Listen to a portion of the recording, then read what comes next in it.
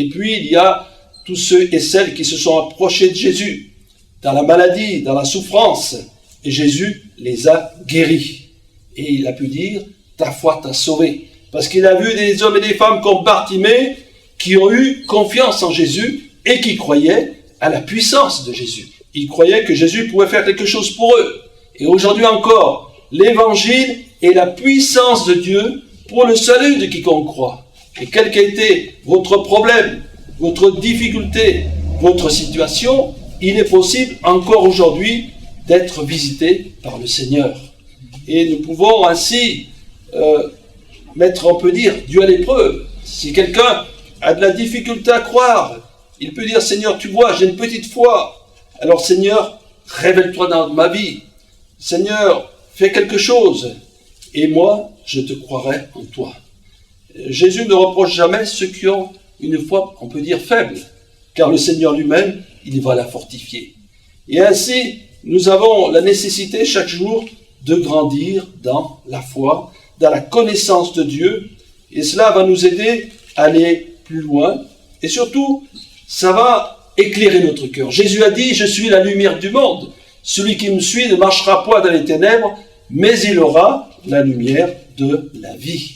Ainsi, le Seigneur éclaire notre vie, éclaire notre cœur, il éclaire nos pensées, et petit à petit, du cœur endurci que nous avions auparavant, du cœur qui ne voulait peut-être pour certains rien entendre de Dieu, il y a quelque chose qui se passe. Il y a un déclic, on peut dire, il y a une ouverture. Et quand le Seigneur voit qu'un cœur s'ouvre à la grâce de Dieu, le Seigneur agit, il répand son esprit, il se révèle puissamment. Ainsi que personne ne puisse douter de l'amour et de la grâce de Dieu. Que personne ne puisse dire, moi je ne suis rien, ou alors j'en ai trop fait. Comment Dieu peut-il s'intéresser à moi? Non, Dieu nous aime. Nous connaissons ce verset, Jean 3,16, car Dieu a tant aimé le monde. Le monde, c'est chacun d'entre nous, qu'il a donné son Fils unique, afin que quiconque croit en lui ne périsse point, mais qu'il ait la vie éternelle. Alléluia. Dieu nous aime et nous invite à nous approcher de lui. Il est là, il a tracé un chemin sur la route, mais il veut aussi autre chose.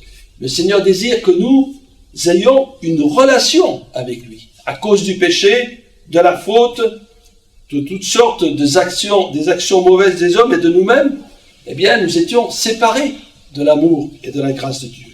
Mais en Jésus-Christ, nous pouvons nous réconcilier avec Dieu. Nous pouvons rétablir une relation avec Dieu, une communication avec Dieu. Lorsqu'on ouvre le dictionnaire, dans certains dictionnaires, lorsqu'on lit le mot foi, c'est marqué synonyme de religion. C'est pas tout à fait juste, hein? Bon, c'est vrai que peut-être certaines religions qui suivent fidèlement la parole de Dieu vont nous aider à avoir la foi. Mais la religion, c'est pas la foi. La foi, c'est Jésus-Christ qui nous la communique. Et dans la mesure où je vais m'appliquer à connaître et à vivre dans la présence de Jésus, cette foi va se développer en moi. Car finalement, ce que Dieu désire pour chacun d'entre nous, c'est une foi ferme, une foi inébranlable. Et Dieu nous aide en tout cela.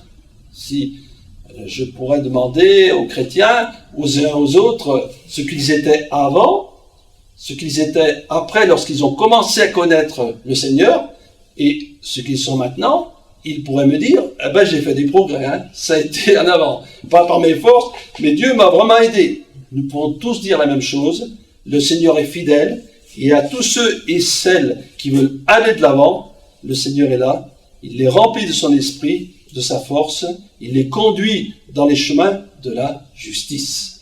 Alléluia. Alors peut-être certains qui aiment bien étudier les religions pourraient me dire, oui, mais rien ne prouve que ce que je dis est vrai. Comment peut-on vraiment mettre sa confiance en Jésus-Christ? Eh bien, je dirais ceci, Jésus a dit, je suis le chemin, la vérité, la vie. Il a dit aussi, ta parole est la vérité. Cette parole, elle est forte. Et comment Jésus peut-il dire cela? Eh bien, parce que simplement, Jésus est sans péché. Jésus n'a jamais péché. Il ne demande pas la miséricorde de Dieu pour lui. Il a pu dire même, qui me convaincra de pécher? Donc, si Jésus n'a jamais péché, il est capable de dire toute la vérité. Et c'est ainsi que nous pouvons mettre notre confiance en lui. La Bible nous dit que tous ont péché et sont privés de la gloire de Dieu. Tous les hommes et les femmes ont péché. Mais Jésus, lui, il n'a pas péché. Et nous ne trouverons jamais un péché dans la parole de Dieu concernant Jésus-Christ. Pourquoi? Parce qu'il est le Fils de Dieu, il est loin de l'Éternel, il est vraiment l'envoyé de Dieu, et ainsi, lui, il peut dire « Je suis la vérité ». Or, plusieurs dans le monde, depuis des siècles, prétendent avoir la vérité, mais ils ne sont pas la vérité. Jésus, il est la vérité, donc nous pouvons entièrement ouvrir notre cœur à sa grâce de Dieu, car ce qui compte, c'est notre cœur, c'est notre âme. Jésus, il veut habiter dans notre cœur, et la parole de Dieu nous invite à ouvrir notre cœur. Et s'il y a des réticences, des préjugés, des obstacles, demandons au Seigneur qu'il nous les enlève. Mais si vous êtes dans cette situation, du moment que vous demandez de l'aide au Seigneur, il interviendra. Dans cette marche chrétienne, il y a donc une progression, et l'étape suivante, c'est le salut et l'expérience du salut. Non seulement savoir que Jésus sauve, qu'il guérit, qu'il baptise de l'Esprit, qu'il revient, mais de vivre l'expérience du salut. La foi, c'est du vécu. Et ainsi, pour cela, eh bien, il faut regarder à la croix. Il faut regarder à la croix où Jésus est mort, qu'il a été frappé, brisé, humilié pour nous, et réaliser que Jésus a pris nos péchés, que Jésus a pardonné nos péchés. Alors ça, c'est un acte de foi. Pourquoi? Parce que beaucoup de gens disent, et c'est écrit dans la parole de Dieu, que la prédication de la croix est une folie pour ceux qui périssent. Si on vient auprès du Seigneur avec notre intellect, nos raisonnements, on peut dire toutes sortes de choses. On peut dire, mais Dieu ne pouvait pas-il faire autrement? C'est ce que j'ai entendu une fois. Dieu aurait pu éviter cela. Dieu ne nous demande pas de discuter, mais d'accepter cette parole.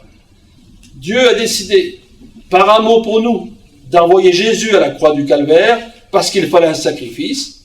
Eh bien, croyons-le. Et croyons surtout à la valeur de ce sacrifice. Croyons que Jésus l'innocent a pris sur lui nos fautes, nos péchés, nos transgressions, toutes les transgressions que nous avons pu commettre. Le sang de Jésus nous purifie de tout péché. N'oublions pas que le brigand sur la croix était condamné de meurtre et de sédition. Et Jésus, parce qu'il a vu sa repentance sincère, lui a dit « Tu seras avec moi dans le paradis ». Donc il faut croire non seulement au sacrifice de Jésus à la croix, mais aussi au pardon de Dieu. Dieu est disposé à pardonner nos péchés.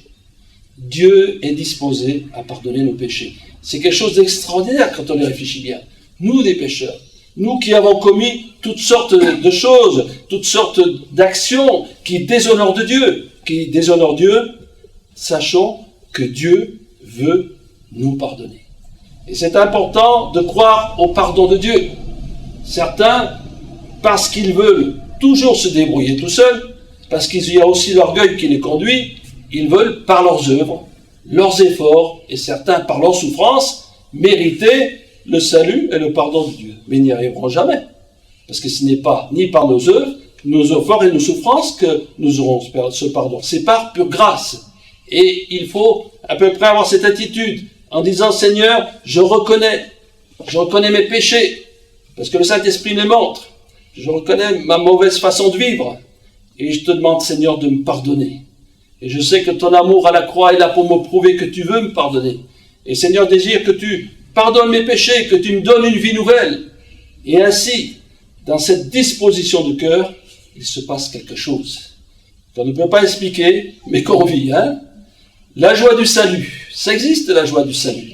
La joie du salut, c'est pour un homme et une femme qui se repentent, qui s'humilient devant Dieu, qui reconnaît ses fautes, ses péchés, qui croit au pardon. Le Saint-Esprit vient en lui et lui apporte la paix, l'amour, la joie et la joie du salut. Elle est formidable, cette joie. Pourquoi? Parce que ceux qui l'ont, ils savent qu'ils ont la vie éternelle. Ils savent que Dieu leur a préparé une place. Et quoi qu'il arrive, s'ils demeurent fidèles avec le Seigneur, ils retrouveront le Seigneur dans le ciel de gloire. Alléluia!